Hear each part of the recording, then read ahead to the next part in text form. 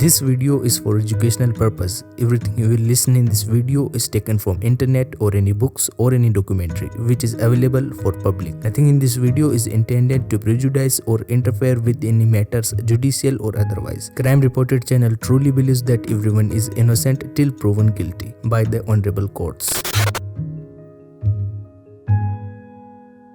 नमस्कार, आप सभी को क्राइम रिपोर्टेड के एपिसोड 44 में आपका बहुत बहुत स्वागत है। उम्मीद करता हूँ आप सभी सेफ होंगे, स्वस्थ होंगे। माँ बाप अपने बच्चों को बहुत सारी बातें बताते हैं, बेटा ये सही है, ये गलत है। लेकिन आज के ज़माने में कुछ ऐसे लोग हैं जो अपने माँ बाप की बातों पर बिल्कुल भी ध्यान नहीं देते हैं, वो अपने मन की मर्जी करते हैं।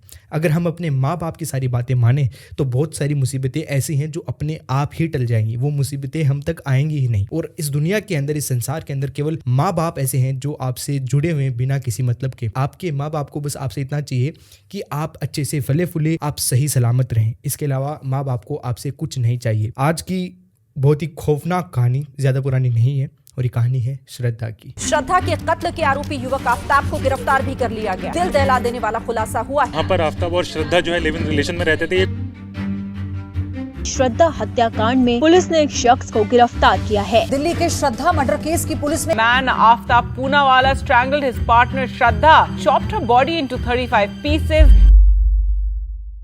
ये कहानी शुरू होती है महाराष्ट्र के पालघर से। पालघर में एक परिवार रहता था। उस परिवार का मुखिया था विकास वोलकर। इनकी एक इलेक्ट्रॉनिक्स की दुकान है। उस दुकान पर ये सर्विसिंग वगैरह का भी, इलेक्ट्रिसिटी का काम करते हैं। साथ में इनकी पत्नी जिसका नाम है सुमन, वो घर पर काम करती है। इसके अलावा इनके 2 बच्चे भी हैं, एक शारदा जिसकी 27 साल उम्र थी और एक शारदा का भाई जिसकी लगभग 23 साल उम्र है। अच्छा, घर का मुखिया विकास वोलकर वो अपने बीवी बच्चों से अलग रहता था और दूसरी तरफ सुमन और उसके दोनों बच्चे, ये तीनों एक साथ रहते थे पालघर में। अब 2018 की बात है। शारदा काम की तलाश में पालघर को छोड़कर आ जाती है मुंबई के अंदर उसे कुछ अपने दोस्तों की मदद से, दोस्तों के कुछ कॉन्टेक्ट से उसे एक मल्टीनेशनल कंपनी के कॉल सेंटर के अंदर काम मिल जाता है। और साथ में वहीं पर वो मलाड के अंदर, मलाड एक एरिया है मुंबई में, वहां पर एक किराए पर कमरा लेती है और उस कमरे के अंदर रहने लगती है। वो सुबह अपने काम पर जाती, शाम को अपने कमरे पर आकर रहती। ऐसा सब कुछ चलता रहा लगभग 8 महीने तक। अच्छा, अब इस 8 महीने के दौरान श्रद्धा की मुलाकात होती है एक आफ्ताब नाम के शख्स से। आफ्ताब पुणेवाला उसका नाम था। अच्छा, आफ्ताब उस मल्टीनेशनल कंपनी के कॉल सेंटर में श्रद्धा के आने से पहले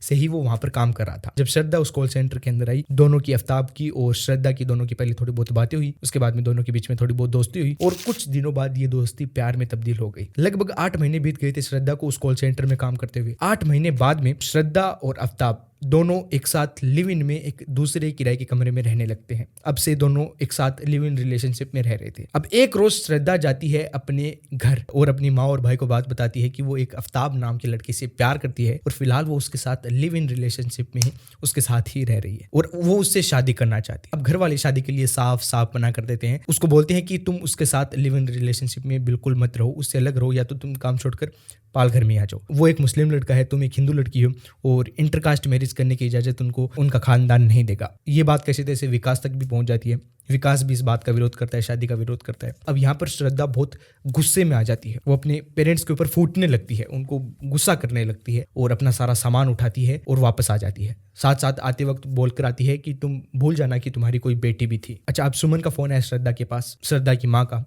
अब माँ का दिल तो माँ का ही होता है। वो अभी भी श्रद्धा को बोल रही थी कि देखो बेटा, सब कुछ छोड़ छाड़ कर वापस आ जाओ। 2-3 बार बातें की, लेकिन ये लाइन बोलते ही वो फोन काट देती थी। वो अब बाकी की जिंदगी आफ्ताब के साथ ही गुजारना चाहती थी, इसमें कोई दो राय नहीं था। अब इसके अलावा घर वाले कर भी कह सकते हैं, वो तो बस कह सकते हैं कि बेटा ये सही है, ये गलत है, इसके अलावा कुछ नहीं कर सकते। उसके बाद में जनवरी 2020 में खबर आती है श्रद्धा के पास कि उसकी माँ का देहांत हो चुका है। श्रद्धा वापस जाती है पालघर में जितने भी आखिरी के रीति रिवाज होती हैं उन सभी के अंदर शामिल होती है। जब सारे रीति रिवाज पूरे हो गए थे, वापस मुंबई आ जाती है आफ्ताब के पास। अब इसके बाद में उसके पापा और उसके भाई उसको फोन किया करते थे। कुछ 2 बार बातें की थी कुल मिलाकर, और जब 2 बार बातें की थी श्रद्धा से, तो श्रद्धा ने अपने पिता को बताया कि आफ्ताब मुझे कई बार मारता पीटता भी है, लेकिन अभी सब कुछ नॉर्मल हो गया। उसने मुझे मारने पीटने के बाद में मुझे सॉरी बोल दिया और अब सब कुछ ठीक है। मैं बिल्कुल भी वापस नहीं आने वाली और मैंने मेरा फैसला फाइनल कर लिया है। अब घर वालों ने शादी करने के लिए, शादी तोड़ने के लिए कहना छोड़ दिया था। घर वालों को बस इतनी फिक्र थी कि श्रद्धा तू जहाँ भी रहे, बस सही सलामत रहे, खुश रहे। घर वालों की बस श्रद्धा से इतनी उम्मीद। तो घर वाले श्रद्धा को आप फोन करना बंद कर देते हैं और वो उसके व्हाट्सएप का स्टेटस चेक करते, फेसबुक के ऊपर कुछ स्टेटस डालती, वो देखते देखते हैं, फेसबुक के ऊपर कुछ फोटोज डालती वो देखते हैं। अब फेसबुक के ऊपर फोटोज डाल रही है, स्टेटस लगा रही है, डीपी चेंज कर रही है, इसका मतलब श्रद्धा ठीक है, वो खुश है। अच्छा, ये तो श्रद्धा वाली साइड थी। दूसरी तरफ आफ्ताब के भी पेरेंट्स को पता चल चुका था कि आफ्ताब एक हिंदू लड़की के साथ लिव इन रिलेशनशिप के अंदर रह रहा है। तो आफ्ताब के घर वाले भी उसको बोल रहे हैं कि बेटा छोड़कर आ जा, ये शादी नहीं हो सकती, बिल्कुल भी नहीं हो सकती। आफ्ताब के घर वाले भी उसको बार बार फोर्स कर रहे थे। अब ऐसे ही एक दिन श्रद्धा आफ्ताब अपने दोस्तों के पास बैठे थे, वो कुछ ऐसी बातें होते कर रहे थे काम पर आने के बाद में। तो आफ्ताब के दोस्त उनको बोलते हैं कि देखो यार, तुम दिल्ली चले जाओ, दिल्ली में वहां पर तुमको और अच्छा काम भी मिल जाएगा और तुम वहां पर सबसे दूर चले जाओगे। आफ्ताब और श्रद्धा भी सोचते हैं कि यार ये आइडिया तो अच्छा है, अच्छा काम मिलेगा और नए शहर में एक नई जिंदगी की हम शुरुआत करेंगे। उसके बाद में 8 मई 2022 को आफ्ताब और श्रद्धा दोनों दिल्ली पहुंच जाते हैं। 8 मई की रात को वो पहाड़गंज एरिया में, दिल्ली के पहाड़गंज एरिया में एक होटल बुक करते हैं और 8 मई की रात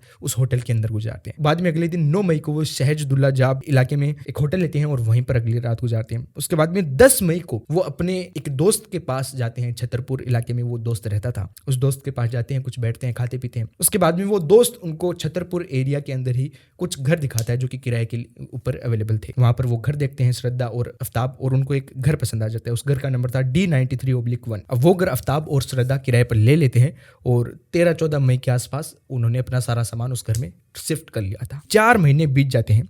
मई, जून, जुलाई, अगस्त, सितंबर का महीना आता है। अब श्रद्धा मुंबई से दिल्ली शिफ्ट होने के बाद में ना तो फेसबुक पर एक्टिव थी, ना व्हाट्सएप पर एक्टिव थी, ना इंस्टाग्राम पर एक्टिव थी, कहीं पर भी कोई फोटोज नहीं डालती थी, कोई स्टेटस नहीं डालती थी। तो घर वालों को थोड़ी फिक्र हुई कि ये कुछ भी क्यों एक्टिविटी क्यों नहीं कर रही है। तो उसके पिताजी, उसका भाई श्रद्धा के दोस्तों को फोन करते हैं। श्रद्धा के दोस्त उनको बताते हैं कि श्रद्धा तो 2-3 महीने पहले मुंबई से दिल्ली चली गई है, वहां पर वो छतरपुर इलाके में रह रहे हैं। अब घर का एग्जैक्ट एड्रेस उनको पता नहीं था, लेकिन छतरपुर इलाके में उन्होंने एक घर किराए पर लिया और वो दोनों वहीं पर रह रहे हैं। अब घर वालों को यहाँ पर थोड़ी संतुष्टि मिलती है कि चलो और कहीं चली गई, ठीक है। अच्छा, अब इसके बाद में सितंबर में श्रद्धा के एक दोस्त का फोन आता है श्रद्धा के भाई के पास। वो श्रद्धा के भाई को कहता है कि मेरी हर 2-3 दिन में श्रद्धा से बातें होती थी, 2-3 दिन में, 4 दिन में एक बार जरूर श्रद्धा से बातें होती थी, लेकिन इस बार 2-2.5 महीने हो चुके हैं, श्रद्धा का मेरे पास फोन नहीं आया। अब श्रद्धा का भाई भी बोलता है कि हम भी काफी टाइम से फोन ट्राई कर रहे हैं, लेकिन फोन श्रद्धा का बंद आ रहा है पिछले काफी टाइम से। अब उनको टेंशन होती है श्रद्धा के घर वालों को। पहाड़गंज के एक लोकल पुलिस स्टेशन में पहुंच जाते हैं और वहां पर श्रद्धा को लेकर एक गुमशुदगी की या फिर किडनैपिंग की एक रिपोर्ट लिखवाते हैं। पुलिस वालों को बताते हैं कि हमेशा के उसका किसी ने किडनैप कर लिया और उसकी लास्ट नॉन लोकेशन थी छतरपुर, दिल्ली। अब पुलिस वाले कहते हैं क्योंकि ये छतरपुर का मामला है, तब हम एक मेहरौली, वहां पर थाना लगता है छतरपुर के, तो उसकी मदद लेंगे और वो उस कंप्लेंट को मेहरौली थाने के अंदर ट्रांसफर कर देते हैं। अब इसके बाद में कंप्लेंट चली जाती है मेहरौली थाने में, दिल्ली पुलिस के पास। अब लगभग 9 तारीख को, इसी 9 तारीख को, पिछली 9 तारीख को विकास जो कि पिता थे श्रद्धा के, वो भी मेहरौली थाने पहुंच जाते हैं, दिल्ली पहुंच जाते हैं। पुलिस स्टेशन में जाते हैं, पुलिस वालों को सारी बात बताते हैं, श्रेया की एक फोटो देते हैं, श्रेया का नंबर देते हैं और किसी तरह से वो आफ्ताब का नंबर भी जुगाड़ कर निकाल लेते हैं और वो आफ्ताब का नंबर भी पुलिस वालों को देते हैं। पूरी क्या घटनाक्रम रहा है उसकी सारी वो बताते हैं। अब पुलिस आफ्ताब के नंबर को इलेक्ट्रॉनिक सर्विलांस पर डालती है, तो वहां पर वो दिखाता है कि आफ्ताब का नंबर चालू है और उसकी लोकेशन दिल्ली में छतरपुर के अंदर वो दिखा रहा है। पुलिस फौरन गाड़ी निकालती है और छतरपुर के उस घर के अंदर, जिसके अंदर आफ्ताब रह रहा था, वही वाला घर D93/1, उस घर में पहुंच जाते हैं और आफ्ताब भी घर के अंदर वहीं पर था। आफ्ताब से जब वो जाते ही पूछते हैं पुलिस वाले कि तुम्हारे साथ एक यहाँ पर श्रद्धा नाम की लड़की रहती थी, वो कहाँ पर है? तो आफ्ताब पुलिस वालों को बताता है कि यहाँ पर शिफ्ट होने के 4-5 दिन बाद में उसकी और श्रद्धा की लड़ाई हो गई और लड़ाई थोड़ी ज्यादा ही हो गई थी, तो वो इस घर को छोड़कर चली गई। वो मुझको बोल के गई थी कि मैं वापस मुंबई जा रही हूँ और बाद में वो चली गई। और उसको बाद में मैंने फोन करने का भी ट्राई किया, लेकिन उसका फोन बंद आ रहा था और क्योंकि वो मुझसे लड़कर गई थी तो बाकी मैंने ज्यादा उसको ढूंढने की कोशिश नहीं की, नहीं कोई कंप्लेंट लिखाई। अब पुलिस वालों ने पूछा कि तुम्हारी लड़ाई किस चीज को लेकर हुई? तो उसने बोला कि वो बार बार शादी करने के लिए मुझको कह रही थी, तो इस बात को लेकर, शादी को लेकर उनकी लड़ाई हुई। जब पुलिस वालों ने आफ्ताब का फोन चेक करा, अब आफ्ताब कह रहा था कि उसके जाने के बाद में उसने कई बार श्रद्धा को फोन किया, लेकिन श्रद्धा का फोन स्विच ऑफ आ रहा था। लेकिन आफ्ताब का जब फोन चेक किया तब पता चला कि 18 मई के बाद में आफ्ताब ने कोई भी फोन श्रेया के नंबर पर नहीं किया था। यहां से एक थोड़ी सी शक की गुंजाइश पैदा हो गई। अब उसके बाद में पुलिस वालों ने कई और सवाल किए आफ्ताब को, जो सवाल पहले किए थे वही सवाल फिर से आफ्ताब को किए और आफ्ताब के बार बार बयान पलट रहे थे, बयान चेंज हो रहे हैं, यानी कि वो शख्स झूठ बोल रहा है। पुलिस आफ्ताब को उठाती है और मेहरौली पुलिस थाने लेकर आ जाती है। थाने के अंदर अच्छे से आफ्ताब से पूछताछ होती है। अब वो यहाँ से असली कहानी, एक क्रूर कहानी बताना शुरू करता है। ऐसी कहानी बताना शुरू करता है जिससे पूरे भारत के रोंगटे खड़े हो जाएंगे। वो बताता है कि पहले वो मुंबई में काम करते थे, फिर वो दिल्ली शिफ्ट हो गए। दिल्ली में उन्होंने छतरपुर इलाके में D93/1 घर लिया। घर के अंदर वो रह रहे थे। लगभग 10 दिन उनको घर के अंदर रहते हुए, 9-10 दिन रहते हुए हो गए थे। तारीख आती है 18 मई। 18 मई की रात को खाना खाने के बाद में श्रद्धा आफ्ताब को बोलती है कि देखो को, अब हमारे रिलेशनशिप को, हमको एक साथ रहते हुए करीब 3 साल हो चुके हैं और अब हम शादी कर लेते हैं, इस रिश्ते को एक नाम दे देते हैं। अब आफ्ताब बोलता है कि नहीं, हम अभी शादी नहीं करेंगे, एक साथ तो रह ही रहे हैं, शादी करने से क्या हो जाएगा, बात को टाल देता है। लेकिन श्रद्धा बार बार वापस कहती है आफ्ताब को कि नहीं, हम शादी करेंगे, शादी करेंगे। वो जिद करने लग जाती है। आफ्ताब को आ जाता है उस वक्त गुस्सा और वो बोलता है कि बाद में मैंने श्रद्धा का गला पकड़ दिया जोर से, और जब तक उसकी सांसें टूट नहीं गई उसने जोर से श्रद्धा का गला पकड़े रखा। थोड़ी देर बाद में जब श्रद्धा ने अपना दम तोड़ दिया, श्रद्धा की लाश नीचे गिर गई और बाद में मैं उसके पास बैठ गया और आगे की सोचने लगा कि आगे क्या करना है, इस लाश का क्या करना है, कैसे बचना है। वो कुछ देर सोचता करता है और उसके बाद में जिस कमरे में श्रद्धा को उसने मारा था उस कमरे में ही वो सो जाता है। श्रद्धा की लाश जहां पर सोया था उसके पास में पड़ी थी। सुबह उठता है इत्मीनान से और एक तिलक इलेक्ट्रॉनिक स्टोर के ऊपर जाता है। वहां पर एक वो फ्रिज देखता है, 300 लीटर का बड़ा फ्रिज वो बुक करता है, उसको खरीदता है। बाद में जाता है एक लोहे की दुकान पर, वहां से एक बड़ी आरी खरीदता है, एक पिट्ठू बैग खरीदता है और कुछ पॉलीथीन खरीदता है और वापस घर आ जाता है। घर आने के बाद में उस लाश को, श्रद्धा की लाश को वो उठाकर बाथरूम में कर देता है और लगभग दोपहर की ये बात है, वो फ्रिज डिलीवर होता है घर पर। कुछ लोग आते हैं, फ्रिज को घर में रख के जाते हैं। उन लोगों को ये नहीं पता कि उस कमरे के बाथरूम में एक लाश पड़ी है। खैर वो लोग उस फ्रिज को सेटअप कर वहां से चले जाते हैं। अब असली खेल शुरू होता है। वो आरी निकालता है और वॉशरूम में जाता है। वहां पर वो श्रद्धा की लाश के टुकड़े करना शुरू कर देता है। जितने भी टुकड़े वो करता, उनको जो पॉलीथीन लेकर आया था उन पॉलीथीन के अंदर डालता और फ्रिज के अंदर रख देता। दोपहर को वो लाश के टुकड़े करने लगा था। ये सब करते करते शाम हो गई, लेकिन शाम को भी अभी भी पूरी लाश के टुकड़े नहीं हुए थे। वो जितने भी टुकड़े किए थे पॉलीथीन में डालता है, फ्रिज के अंदर रख देता है। लाश जो बच गई थी उसको भी कैसे तैसे तोड़ मरोड़ के फ्रिज के अंदर डाल देता है और उस फ्रिज के अंदर उसका पीने का पानी रखा हुआ था, उसके चाय बनाने के लिए वो दूध रखा हुआ था और उसी फ्रिज के अंदर श्रद्धा की लाश रखी हुई कटी फटी हालत में। अब जब रात हो गई थी, भूख लग गई आफ्ताब को, वो अपना फोन निकालता है और जोमेटो से खाना ऑर्डर करता है। खाना आता है, वो इत्मीनान से उस कमरे में बैठकर खाना खाता है जिस कमरे में वो फ्रिज रखा हुआ था। फ्रिज को खोलकर उस फ्रिज में से पानी पीता है और इत्मीनान से बाद में सो जाता है। लगभग रात के 2 बजे वो वापस उठता है। 2 बजे वो उस फ्रिज में से एक पैकेट निकालता है जिसमें टुकड़े थे लाश के, और उस पैकेट को वो अपने, उस पॉलीथीन को अपने पिट्ठू बैग के अंदर डाल लेता है। घर से बाहर निकलता है, घर को लॉक करता है और पैदल कहीं चल पड़ता है। थोड़ी देर बाद वो चलते चलते वहां के मेहरौली जंगल के अंदर पहुंच जाता है। अच्छा, अब वो रात को 2 बजे जा रहा था तो कई लोग उससे टकराए, कई लोग उसको रास्ते में मिले, लेकिन किसी ने भी सवाल जवाब नहीं किया कि इतनी रात को कहां पर जा रहे हो, तुम्हारे बैग के अंदर ये क्या रखा हुआ है, किसी ने उसको नहीं कहा। थोड़ी देर बाद में जब वो मेहरौली जंगल पहुंच गया था, वहां पर वो लगभग 20-25 मिनट तक उस जगह पर जंगल के अंदर बैठकर इत्मीनान से चारों तरफ देखता है कि कहीं कोई आसपास है तो नहीं। जब वो संतुष्ट हो जाता है कि कोई नहीं है, वो पिट्ठू बैग में से पॉलीथीन निकालता है और उसको जंगल के अंदर हवा में उछालकर फेंक देता है कहीं दूर, और वापस आराम से इत्मीनान से घर आता है। घर आने के बाद में सो जाता है। सुबह उठता है,